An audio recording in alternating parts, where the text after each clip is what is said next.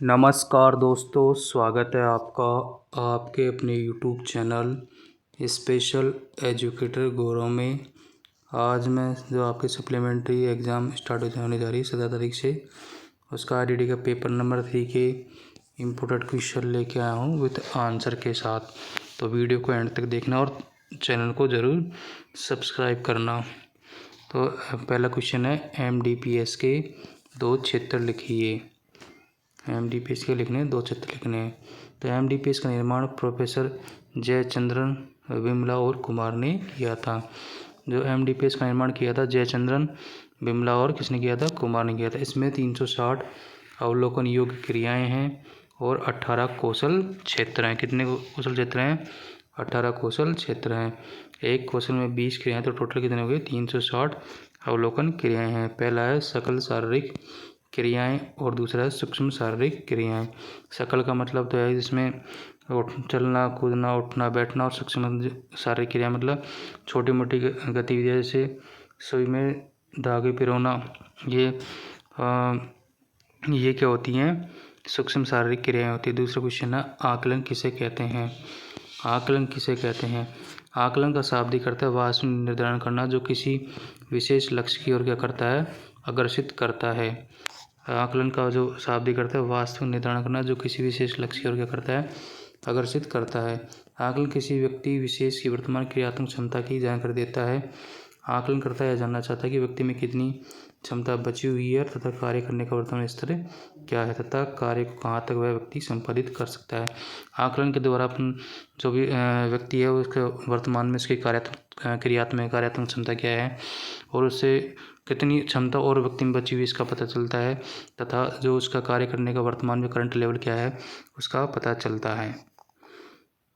ठीक है, और इससे ये पता चलता है कि उस व्यक्ति को कौन से बिंदु में समस्या आ रही है, कहाँ से उसको प्रशिक्षण देने की आवश्यकता है। क्वेश्चन नंबर 3 है, मूल्यांकन को परिभाषित कीजिए। यह निरंतर चलने वाली प्रक्रिया है। मूल्यांकन क्या? निरंतर चलता रहता है, सतत चलता रहता है। मंदबुद्धि बच्चे सामान्य बच्चों से क्या होते हैं? शारीरिक, मानसिक और सामाजिक, इन सभी क्षेत्रों में क्या होते हैं? भिन्न होते हैं।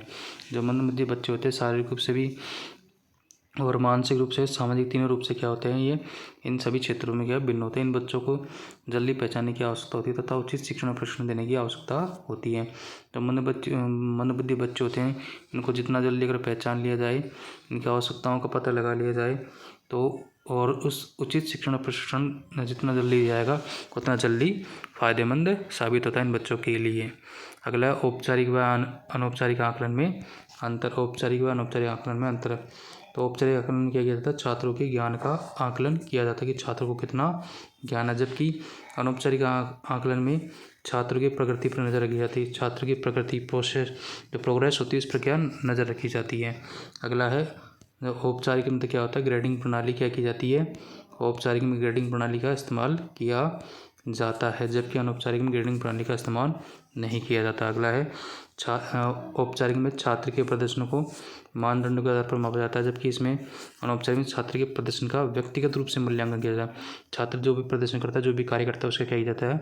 व्यक्तिगत मूल्यांकन किया जाता है। क्वेश्चन नंबर 5, पाठ्यक्रम आधारित आकलन के बारे में संक्षेप में लिखिए।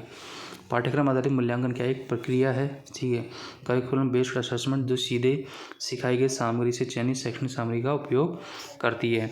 यह मानदंड संदर्भित मूल्यांकन का क्या है? एक रूप है जो छात्र की प्रगति और सीखने की चुनौती दोनों के बारे में शिक्षक को सूचित करके मूल्यांकन को निर्देशात्मक कार्यक्रमों से जोड़ता है। छात्र की जो प्रगति है, ठीक है, सीखने की जो चुनौतियाँ हैं, दोनों के बारे में शिक्षक को क्या करता है? सूचित करता है और जो मूल्यांकन और निर्देशात्मक कार्यक्रमों से जोड़ता है। सीबीए की एक प्रमुख विशेषता यह है कि यह प्रत्यक्ष माप का रूप प्रदान करता है। यह प्रत्यक्ष माप का रूप प्रदान करता है। सीबीए का उपयोग छात्र की प्रगति का मूल्यांकन और दस्तावेजीकरण करने के लिए एक छात्र केंद्रित दृष्टिकोण है। ये क्या है? छात्र की जो प्रगति है, ठीक है, उसका मूल्यांकन और जो डॉक्यूमेंट्स हैं उसके करने के लिए क्या है? एक छात्र केंद्रित दृष्टिकोण है, जो शिक्षक को योजना बनाने, वितरित करने और निर्देश का अध्ययन करने के लिए एक मूल्यवान उपकरण प्रदान करता है। सीबीए मतलब क्या है?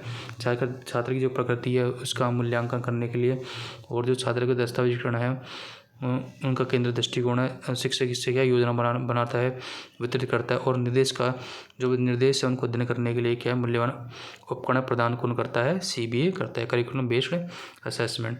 तो ये आज आप 5 क्वेश्चन थे। ठीक है, आई होप भी आपको वीडियो अच्छा लगा होगा। तो वीडियो को लाइक कीजिएगा और चैनल को जरूर सब्सक्राइब कीजिएगा। हमारा टेलीग्राम चैनल है स्पेशल एजुकेटर ग्रुप, जिसकी लिंक डिस्क्रिप्शन में आपको मिल जाएगी।